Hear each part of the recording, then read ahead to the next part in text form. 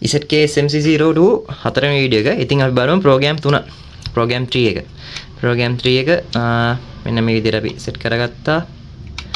යා මෙතන ප්‍රෝග්‍රෑම් 3 මාරු කරා. ප්‍රෝග්‍රෑම් 3 මාරු කරලා සෙට් කරා. හරි. හරි ඉතින් ඕම් රොටේට් කරගෙන මුකුත් වැඩ කරන්නේ නැහැ. ස්ටාර්ට් ස්ටොප් වැඩ කරන්නේත් නැහැ. මේ විදිහට